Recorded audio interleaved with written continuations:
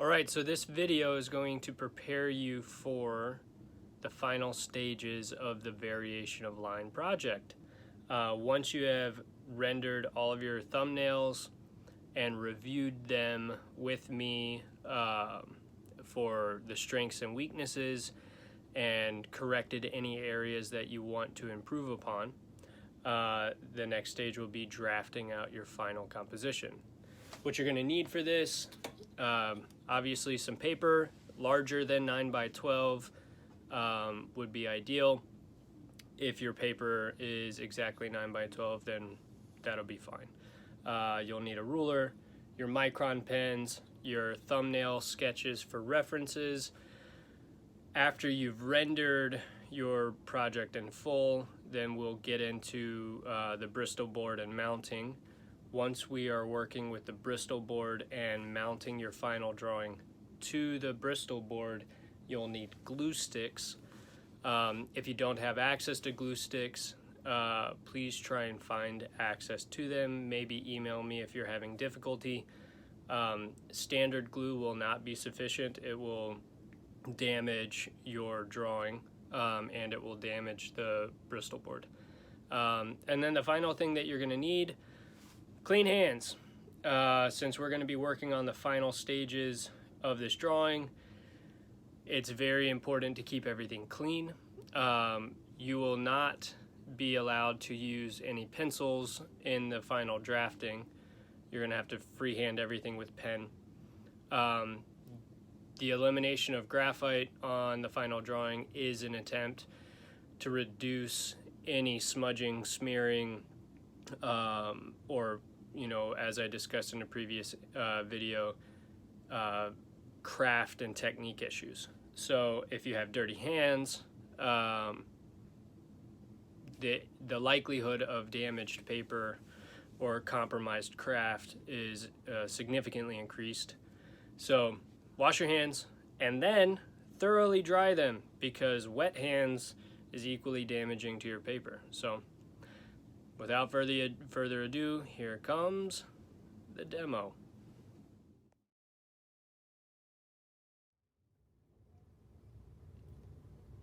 Alright, so after you've completed all of your thumbnails and selected which one you're going to work on for your final, it's time to move forward. This image here is the one I'm going to be doing for my final, so as a way to eliminate any distractions, I'm just going to fold my paper so that it is the only one that I am seeing. I encourage you to do the same. I think it's very imperative to develop a healthy habit of recognizing that not everything that you make is precious. All of the thumbnails that we've done so far are preparatory, the equivalent of working out a math problem on the side of a piece of paper. But now that we are getting into the production phase, this is going to serve as my reference, and that reference is important, but it's not the final copy. The final copy is where things will be very thoroughly controlled and clean. After I've selected my image, the next is to pull out my paper. My first piece of paper, my sketchbook that I turned to, is damaged. You can't tell, but over here on the corner, maybe you can tell. Over here on the corner, it's bent. There's a green fleck from a previous pen mark, and there's some smudging here on the page. So with clean hands, I'm going to just go ahead and remove this piece of paper because it's not going to be productive for me to produce my final on. I need a clean sheet of paper and I need to maintain cleanliness while working. So peace out to this. All right, so this piece of paper is looking nice and solid, very clean. Time to get drafting.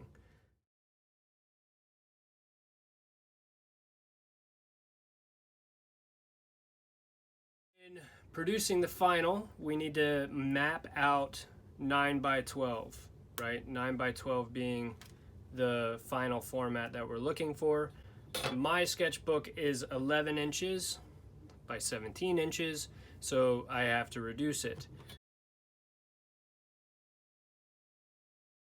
The easiest way for me to do so would be taking that damaged piece of paper. Now it seems to have a use.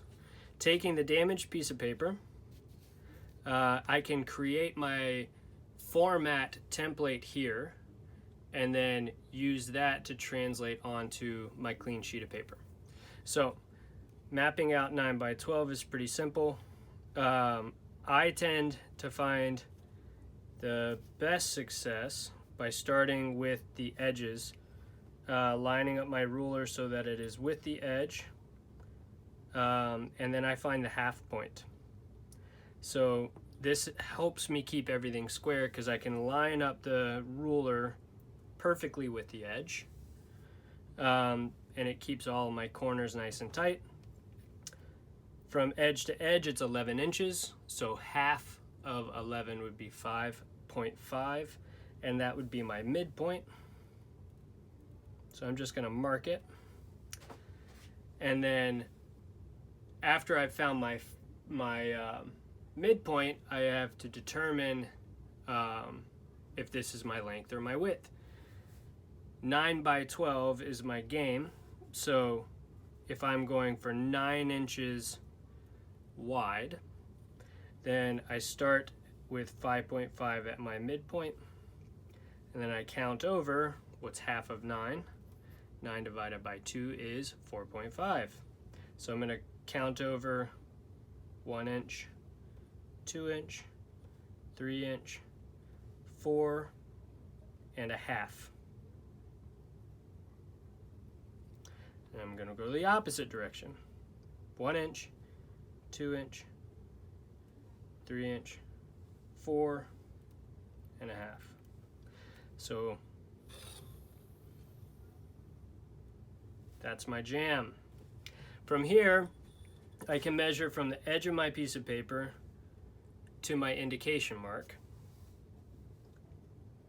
And that's exactly 1 inch. Should be the same on the other side. 1 inch. Great. So what this will help, if I measure about halfway up on either side, that will keep me flush or true or square.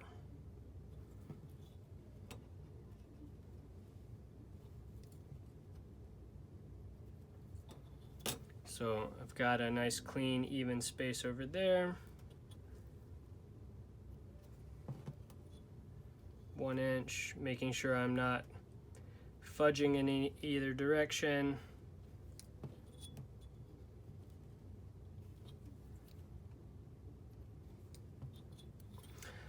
Now this is 9 inches and I need this to go 12. So I'm going to line up the corner. Down here's my 12, which means up here I'm going to land at 1.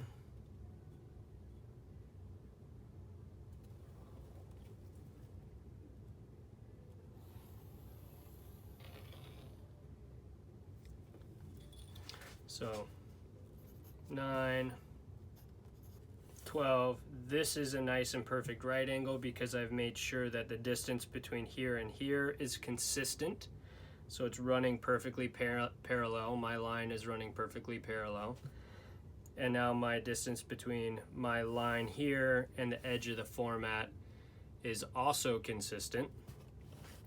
So between this line and the edge of my format is also consistent, meaning that this is now parallel perfectly with the edge. And now this line will be equally parallel to the edge. And keeping things perfectly parallel will guarantee that my template that I'm creating is true. And a way to guarantee this is making sure that when I line up my two 12-inch lines, the space between them should be exactly 9. And there's some light for you, so yes, it's exactly 9. It might read as a 6 from your perspective. So that's my 9 by 12 inch template. I'm going to cut this out and then I'll center it on my next piece of paper, my quote unquote performance paper for the final.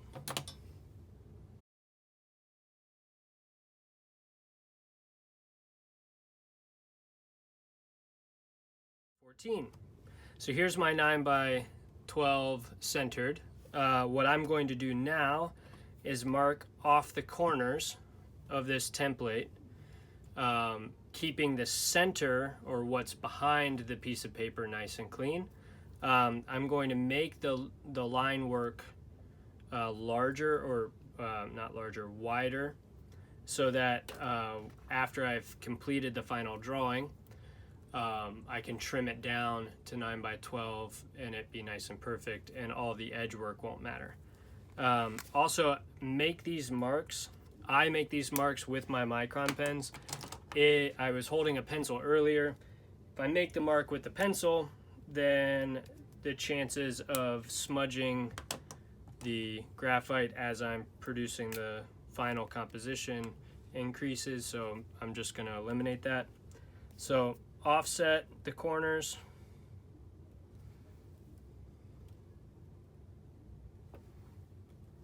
Making sure my template doesn't move.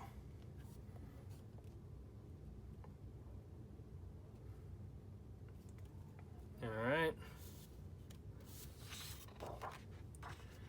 So you can see these tiny little dots.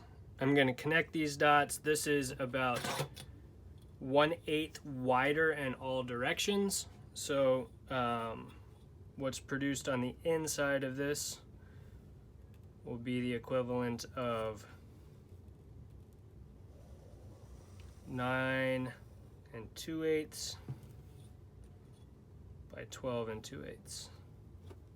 So yeah, this is the 9 mark and it's extended out here. This slightly wider approach to making the final will guarantee that the inside of my drawing will be nice and clean, which again helps with the craft and the technique. If the craft is compromised by smudging, then your drawing at large is going to read as slapdash, uncared for. And if a viewer sees it and they think you haven't taken care or time to create it, they're not going to take care or time to look at it. Good, now I'm ready to go.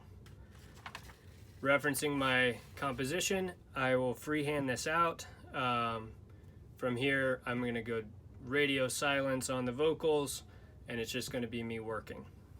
Have fun!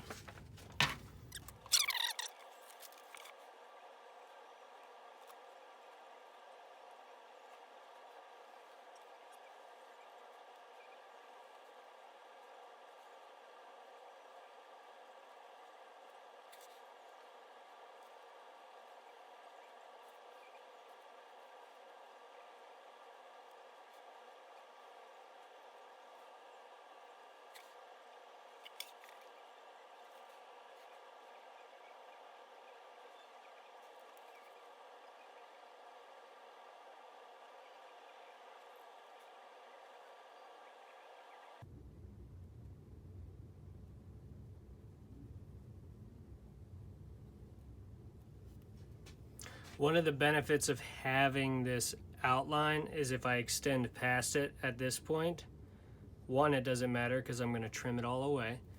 And if you look at my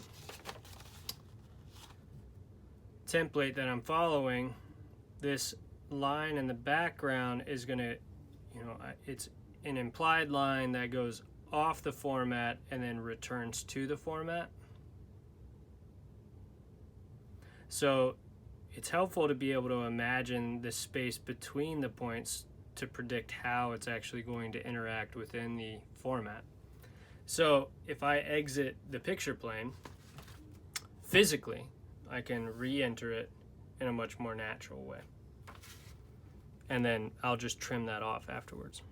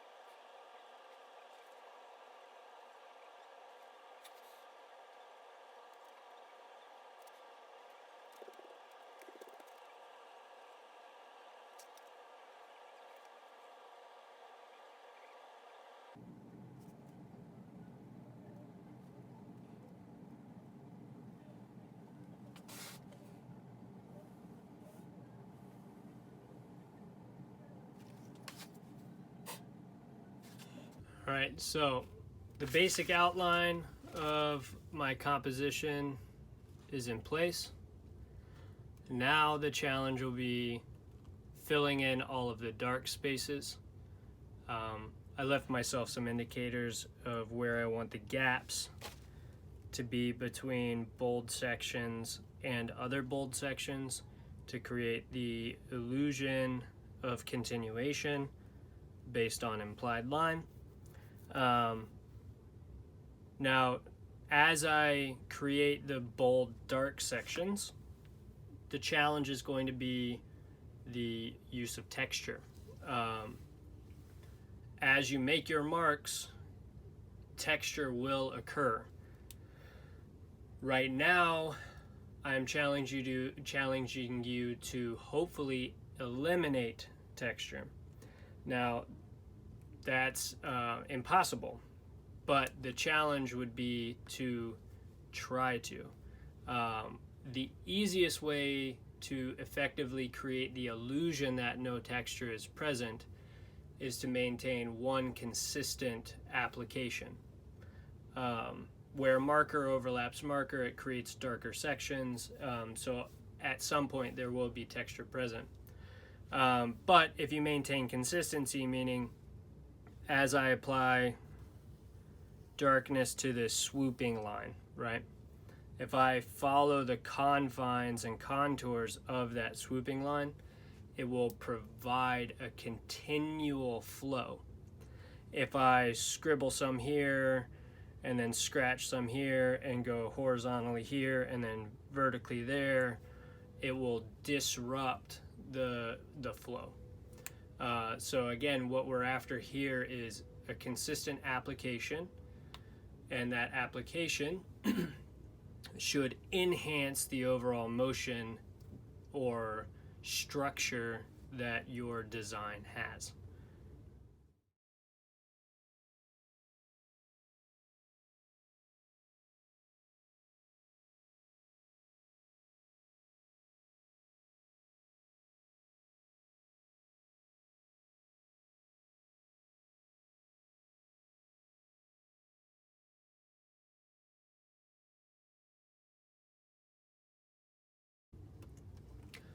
Once you have completed your render, the next stage will be to remove your image from your sketchbook, to cut it down to scale, and then to mount it centered on your Bristol board. So in order to do that, just make sure that when you remove your image from the sketchbook, if it's not already removed, to tear against the grain. So you want to tear away so as not to bend or crimp the paper.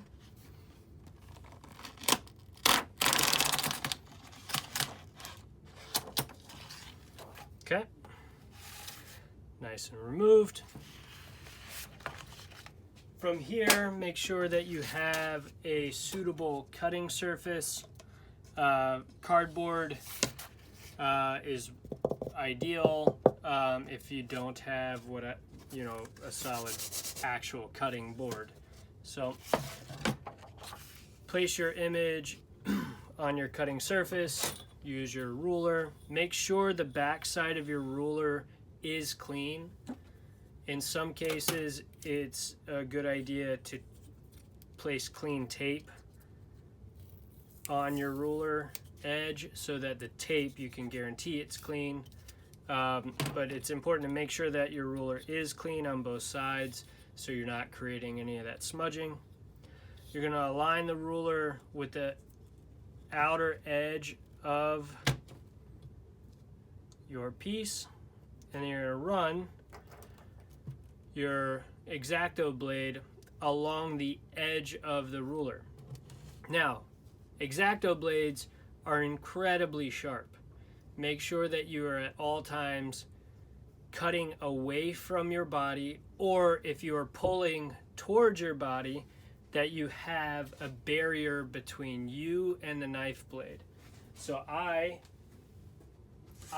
prefer to cut towards me, so I have a secondary board that I place between myself and what I'm cutting, so this way if it slips, it hits the board and not my leg or my abdomen. So if you do not have that luxury of having a cutting board close by, make sure that you are cutting away from you at all times. So I'm going to align this, as I mentioned, the outer edge.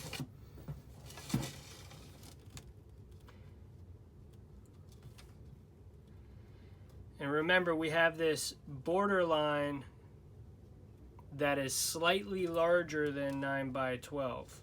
So I'm going to align my ruler just over that edge so that I can cut it away.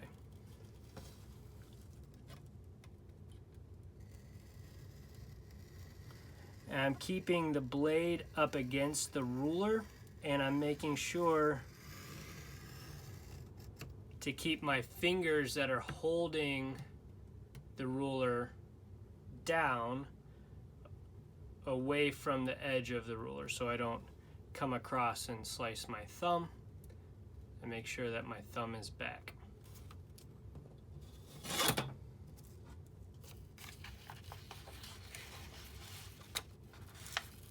Now I just scored the page,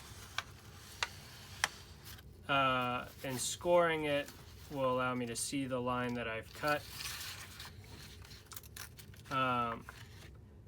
If you want to cut all the way through, then you just apply more pressure. So the score is a light amount of pressure. A full cut is what I'll show now. Scoring is helpful when you're creating boundaries. It's the equivalent of creating like a perforated edge.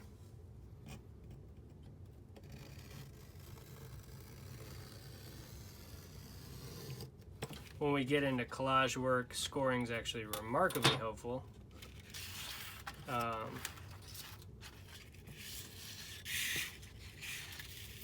Because in some cases, when you're working with collage, you do not actually want to fully remove a section. You want to alter a section.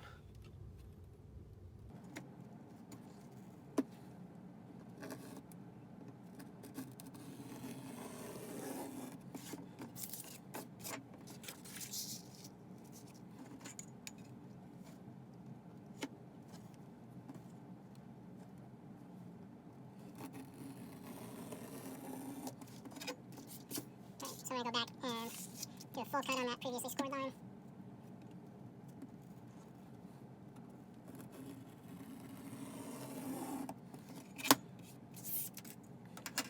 All right, once you're done with your knife, place it aside. Make sure you put the cap on it or place it into the tip of a corkscrew. Just make sure that the blade itself is not in danger of damaging you or someone else. Now my image has been removed. Next step will be mounting it. So you'll get out your clean Bristol board paper.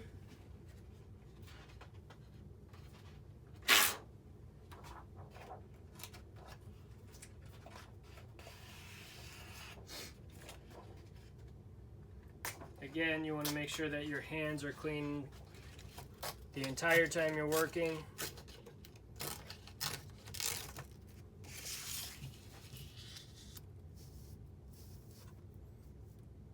Clean Bristol.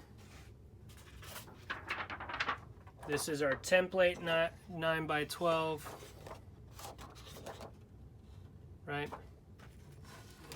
Now, when I'm creating my centered image, honestly, you can use the scraps that you cut away or a piece of tape, because I don't want any detritus to get on to this surface or my drawing itself.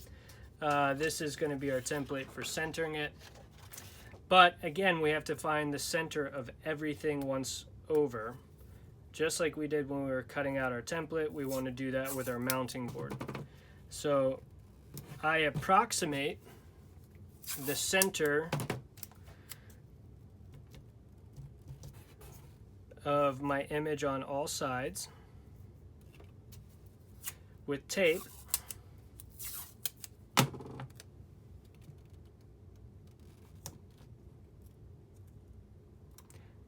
And when I measure the center, I mark the tape as opposed to the piece of paper.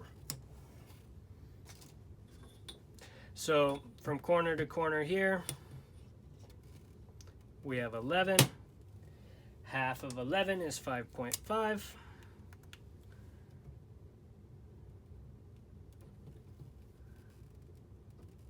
Single dot should suffice.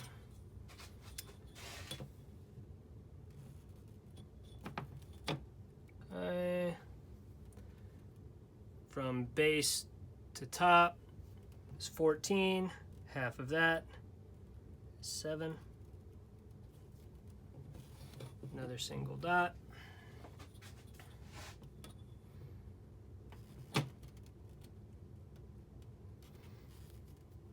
Seven.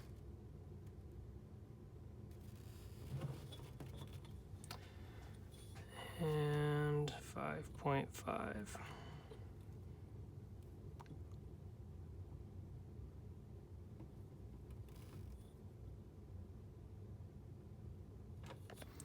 So center, center.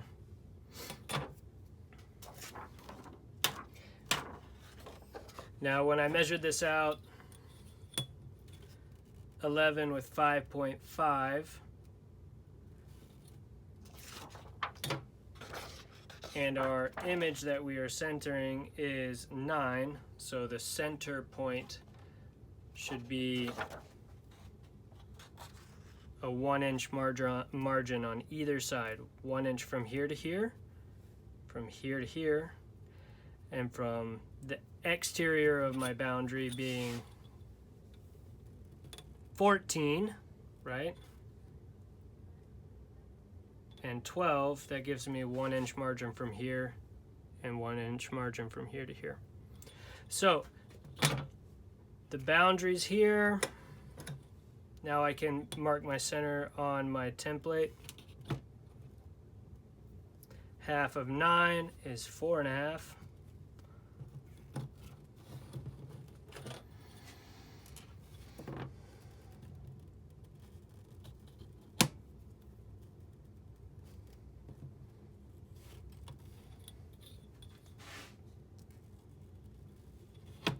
Half of 12 is 6.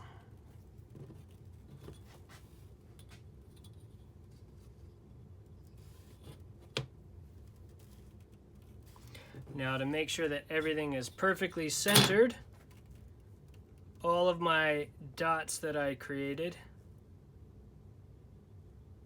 should make a straight line. So if I hold a ruler from this dot to this dot, it should make a straight line with the other two on my template.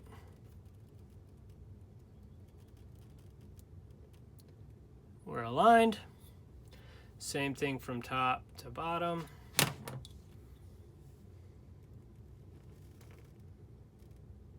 All right, we're aligned. Cool. So from here, it is actually a good idea to have a pencil.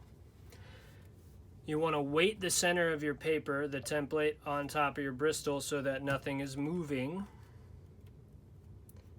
And then based on the weight, you can use whatever you have. A book is good. I'm just using a roll of tape. Hold the center, and then you're going to lift the corner of each, or just pull back the corner of your template on all sides. And mark the corner on the inside. So you should be able to see that tiny little dot, and when I release the corner, it's covered again. What this is mimicking is, or not mimicking, what these indications are that I'm putting in the corner are the boundaries of my glue line.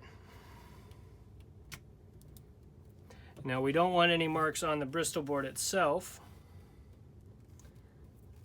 or at least not any visible marks on the Bristol board. So we're offsetting the marks slightly so that once we mount our drawing, the marks will not be visible anymore. Cool.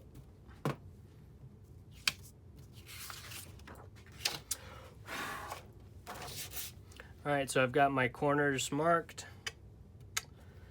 Now I will apply glue on the Bristol itself. Again, only use mounting glue or a glue stick. If you use standard glue like tube glue or liquid glue, it will buckle your paper. When you're applying, you want to make sure your surface is thoroughly clean. You want to make sure that you're covering the entire surface with glue, and then we're going to mount corner to corner and flatten. Stay within the boundaries that you created with your template. If you glue outside of those boundaries, the glue will collect dust as it dries, and that's going to compromise the craft and technique.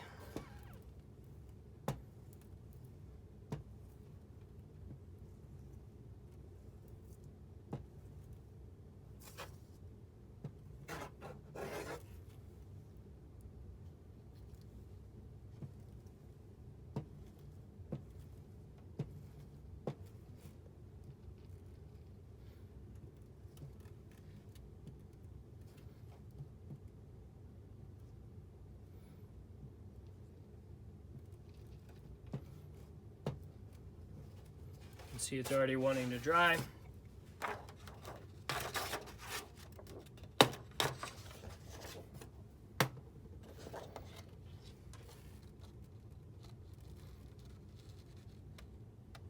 And I place just the corners on one side down first.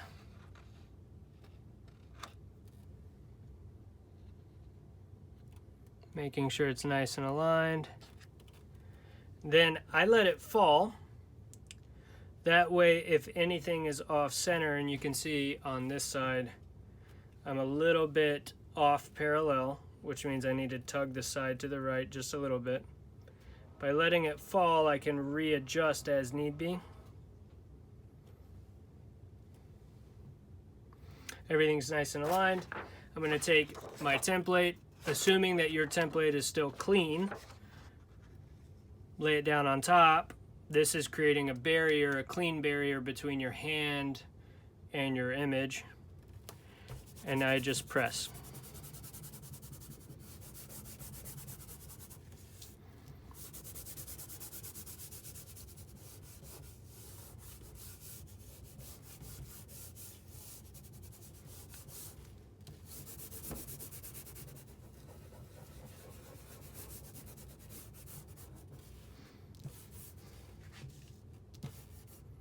Now, when you're gluing, you want to make sure that you're leaving yourself enough time for it to actually dry. This will take, half hour to dry, and it's ideal for it to dry overnight. In terms of preparation for like an exhibition or something, you want to give yourself at least 2 days, because after this you'd be framing. So now my image is centered and mounted. What this mount frame is mimicking is mat board. Now you could actually take a piece of mat board and now bring it to the edge of your frame, and this backing between the drawing and then your mat board will create a seamless gap. So now your image will be ready to mount and frame and exhibit in the student show. Bring it, y'all.